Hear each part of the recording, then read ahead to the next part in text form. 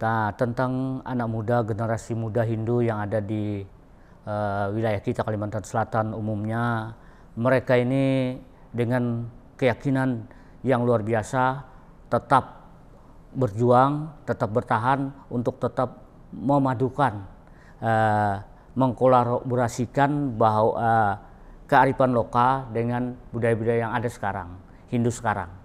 Jadi kita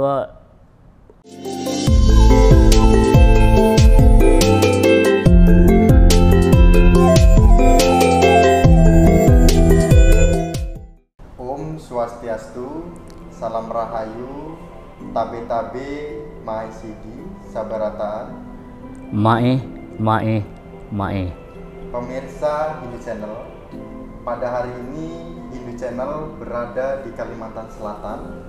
Tentu saja ini adalah bentuk dari Hindu Channel peduli terhadap umat Hindu agar selalu memberikan edukasi, literasi, hal-hal baru, pembelajaran yang perlu diketahui oleh generasi kita umat Hindu. Pemirsa Hindu Channel, pada hari ini tentu saja saya tidak sendiri, bersama dengan Bapak Suan sebagai tokoh atau ketua adat, pemangku adat, bersama dengan Hindu Channel, Bapak Suan. Iya, terima kasih. Om Swastiastu, Salam Rahayu, Tabi-tabi, Mahisidi Sagalaan. Mai. Pertama-tama saya mengucapkan puji dan syukur kepada Nining Bahtara, Tuhan Yang Maha Esa. Hari ini kita bisa berhadir di sini dalam rangka silaturahmi, itu menyampaikan sedikit edukasi tentang adat tradisi yang ada kaitannya dengan Hindu Nusantara, yaitu Dayak Meratus yang ada di Kalimantan Selatan, Pak. Dalam hal ini tentu saya sebagai pemangku adat atau kepala adat yang ada di Kalimantan Selatan ini adalah salah satu tokoh yang sampai hari ini terus berjuang untuk mengangkat kearifan lokal di mana Hindu yang selama ini terus berkembang bersamaan dengan budaya-budaya yang ada di Kalimantan Selatan umumnya, masyarakat desa Labuhan khususnya Dayak Meratus. Nah, dalam hal itu saya tentu akan lebih banyak berharap dan memohon kepada semua pihak agar Hindu ke depan benar-benar terus maju dan maju. Nah, kemajuan yang kita harapkan sekarang adalah terus bangkit dalam hal muatan-muatan lokal. Muatan-muatan lokal. Bapak Suan. Iya. Tentu saja berkaitan dengan Dayak Meratus. Iya, betul. Bapak sebagai pemangku adat. Iya, betul. Sebagai ketua adat, tentu saja kondisi-kondisi anak muda generasi Hindu perlu mengetahui secara tidak langsung, Pak Suan. Iya. Nama-nama atau nama itu kan merupakan sebuah identitas. Sebuah identitas iya, seseorang. Betul. Iya. Dan kenapa orang itu diberikan nama? Karena supaya kedepannya lebih baik seperti itu. Betul. Nah, tapi kalau misalnya kita lihat di Dayak, di Kalimantan Selatan, kenapa sih nama-nama anak muda atau nama-nama seseorang yang ada di Kalimantan itu umum namanya, tidak membawa ciri khas dari Kalimantan Selatan atau dari Dayak? Misalnya namanya itu namanya Winda, Mida, terus Sutrisno, yang berkaitan dengan nama-nama pada umumnya. Berbeda dengan Bali. Kalau Bali itu kan ada identitasnya tuh, Pak. Betul. Noma. Betul. Kemudian Ketu. Iya. Kemudian Wayan gitu. Iya. Kenapa itu, Pak? Kenapa seperti itu? Betul sekali. Jadi kalau untuk Dayak-Dayak yang ada di Kalimantan Selatan umumnya tidak seperti yang ada keluarga kita dari Bali, dari Sunda dan sebagainya. Karena masyarakat kita, masyarakat Dayak itu sudah terpengaruh mungkin dari masa lalu itu ada terpengaruh dari suku-suku Melayu, dari suku-suku Banjar dan sebagainya. Suku Banjar itu suku apa, Pak? Suku Banjar ya suku yang ada di wilayah Kalimantan Selatan ini. Iya, suku Melayu mungkin dari Melayu dari dulu-dulunya seperti itu. Jadi Dayak ini sudah tidak mengenal lagi yang namanya nama-nama yang ciri khas identitas yang ada di wilayah kita Kalimantan Selatan. Jadi mungkin yang namanya sekarang mungkin Suwan atau Sah itu kan banyak gitu. Nur Ivan Sah dan sebagainya. Nah, itulah pengaruh-pengaruh dari suku-suku yang ada di Kalimantan Selatan, suku Banjar, suku Melayu dan sebagainya. Nah, mungkin kalau secara tingkatan atau secara kasta gitu ya, tingkatan nama di sana itu berpengaruh tidak dia dalam menjadi pemangku adat atau menjadi tokoh-tokoh adat atau menjadi orang-orang yang bisa dikatakan lebih tinggi daripada yang lainnya gitu, atau memang standar saja pada umumnya. Nah, kembali ke masalah pengaruh atau tidak dari suku-suku yang ada tadi, itu akan berpengaruh apabila dia itu jadi pemangku adat. Tambah gelar. Namanya misalnya Suwan. Nah, dia akan berpengaruh apabila dia akan menjabat sebagai pemangku adat. Nah, seperti itulah ya. Sebegitu dia tidak memangku adat-adat seperti itu, dia biasa-biasa saja. Jadi tingkatannya mungkin apabila dia punya gelar untuk terjun kepada hal-hal yang berkaitan dengan adat istiadat, tradisi, budaya. Berarti umat Hindu di sana juga ditanggung jawab oleh pemangku adat. Iya, betul sekali. Jadi kan memang mangku dulu itu ada gelar-gelar khusus. Seperti kalau kita beri contoh umpamanya Mangku Anum, Mangku Yuda, Mangku Megalut, Mangku Karata. Nah, orang-orang itu adalah orang-orang adat yang sangat berpengaruh di wilayah hukum adat itu sendiri. Nah, sebegitu namanya itu sudah disebut dengan mangku, maka dia akan disegani, dikagumi oleh semua warga umat yang ada di wilayah itu sendiri. Nah, apa bedanya dengan Bapak Suwan sebagai ketua adat? Nah, apa bedanya? Sekarang kita juga berpengaruh di wilayah itu tadi dalam ruang lingkup wilayah adat yang kita ayumi. Nah, tapi dengan adat-adat yang lain mungkin kita sudah biasa-biasa saja. Nah, itu yang dimaksud pengaruh dari mangku atau pemangku kebijakan tadi. Berarti tentu saja jika ada pengaruh nih Pak, ada pengaruh berarti pemirsa Hindu Channel juga perlu tahu bahwa tokoh adat di sana juga akan memberikan keamanan atau memberikan ilmu pengetahuan, pembelajaran tentang agama gitu kan. Oleh karena itu ada pertanyaan lagi nih Pak, dengan adanya pelaksanaan yang dilakukan oleh Dijen Bimas Hindu, oleh Kementerian Agama, oleh PHDI dan lain sebagainya yang berkaitan dengan keagamaan. Nah, bagaimana pemuda-pemuda kita, anak-anak generasi Hindu yang ada di Kalimantan Selatan dalam mengikuti perlombaan-perlombaan ini, atau ada seleksi-seleksi yang memang perlu dipertanyakan oleh masyarakat atau oleh Bapak Ibu umat sedharma atau orang-orang yang berkaitan dengan sistem seleksi ini. Misalnya salah satu contohnya adalah Utsawa Dharma Gita. Betul. Nah, kemarin tentu saja banyak Pak dari Kalimantan yang mengikuti. Tapi secara mendalam Bapak juga harus menjelaskan sebagai tokoh adat. Betul. Bagaimana prosesnya?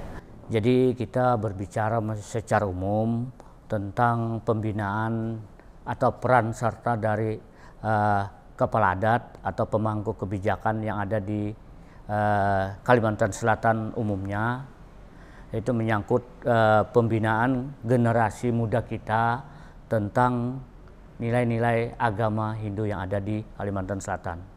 Saya selaku kepala adat dan saya selaku pribadi itu sangat prihatin dengan kejadian-kejadian atau hal-hal yang sebenarnya tidak harus terjadi seperti yang kemarin terjadi.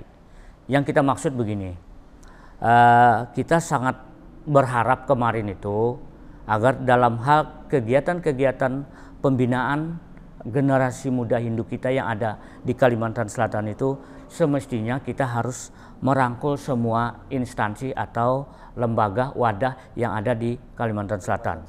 Misalnya dalam merekrut generasi muda kita harus benar-benar turun ke bawah berjenjang dari Parisada Provinsi umpamanya, terus kabupaten kita libatkan, termasuk wilayah-wilayah masyarakat adat yang punya lembaga adat.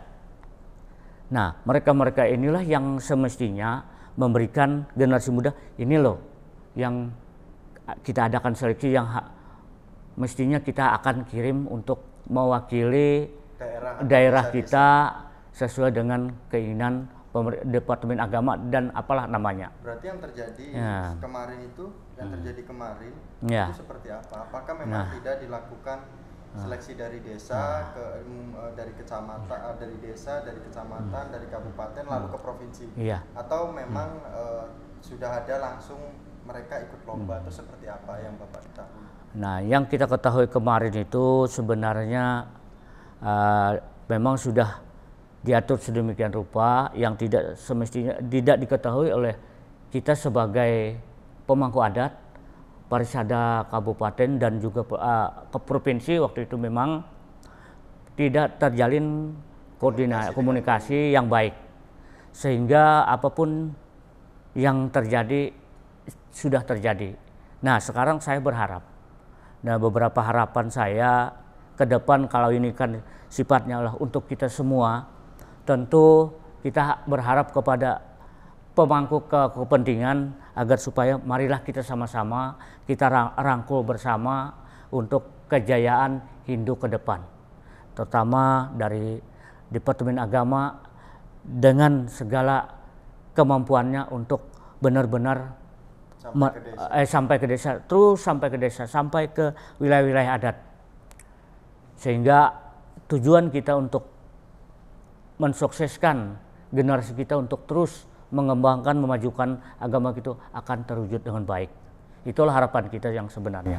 Pemirsa Hindu Channel, tentu saja berkaitan dengan harapan dari umat Hindu kita yang dari Kalimantan Selatan, hal tersebut adalah harapan yang besar ke depannya itu lebih baik.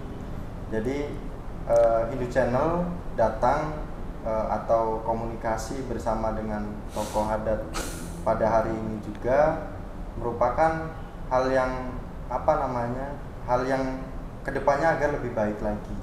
Karena mungkin ada beberapa pandangan-pandangan berkaitan dengan tiba-tiba langsung mengikuti lomba tanpa adanya seleksi yang diketahui oleh pemangku adat atau oleh umat-umat Hindu yang ada di sana. Nah, Hindu Channel pun secara tidak langsung mendapatkan informasi langsung dari Bapak Suwan. Nah, kemudian pertanyaan selanjutnya Bapak berkaitan dengan anak muda, berkaitan dengan anak muda di sana. Bagaimana pola-pola anak muda yang saat ini mungkin sudah masuk pada perguruan tinggi atau merantau atau memang masih ada di sana? Apakah tetap masih mengikuti tradisi Dayak Kalimantan Selatan? Begini, tentang anak muda, generasi muda Hindu yang ada di wilayah kita Kalimantan Selatan umumnya, mereka ini dengan keyakinan yang luar biasa tetap berjuang, tetap bertahan untuk tetap memadukan, mengkolaborasikan bahwa kearifan lokal dengan budaya-budaya yang ada sekarang, Hindu sekarang. Jadi kita sekarang ini terus berjuang juga untuk anak-anak muda itu untuk mengarahkan agar supaya mereka itu jangan melupakan adat tradisi budaya yang selama ini diwariskan oleh leluhur kita. Nah, jadi harapan saya lagi-lagi anak muda sekarang, anak muda Hindu kita sekarang agar tetap jangan lupakan sejarah bahwa kita ini ada sekarang adalah karena leluhur. Nah, itulah kira-kira sedikit tentang memberikan motivasi kepada anak-anak muda kita Hindu yang ada di Kalimantan Selatan. Tadi sedikit Pak, ada sedikit kurang berkaitan dengan Ucawa Dharma Gita. Nah, secara pakem atau secara lantunan, Iya. nada-nada, apakah ada sedikit unek-unek atau ada hal yang perlu dipertanyakan, mungkin nadanya seperti apa ketika lomba itu, ketika lomba secara kita ketahui bersama bahwa yang selalu mendapatkan juara umum adalah Bali. Iya. Gitu. Nah, sedangkan dari daerah-daerah lain pun sedang berusaha agar mendapatkan juara umum itu yang terbaik gitu kan. Intinya seperti itu. Nah, kira-kira seperti apa, Pak? Iya, kalau untuk ya kita wilayah Kalimantan Selatan dalam rangka melaksanakan atau mengikuti usaha Dharma Gita, tentulah kita sangat berharap mungkin bukan Bali saja yang akan mendapatkan juara umum. Tetapi yang terpenting begini, dalam materi yang dibawa untuk melaksanakan usaha Dharma Gita itu, kita harus kembali ke wilayah kita masing-masing yang kita pertandingkan.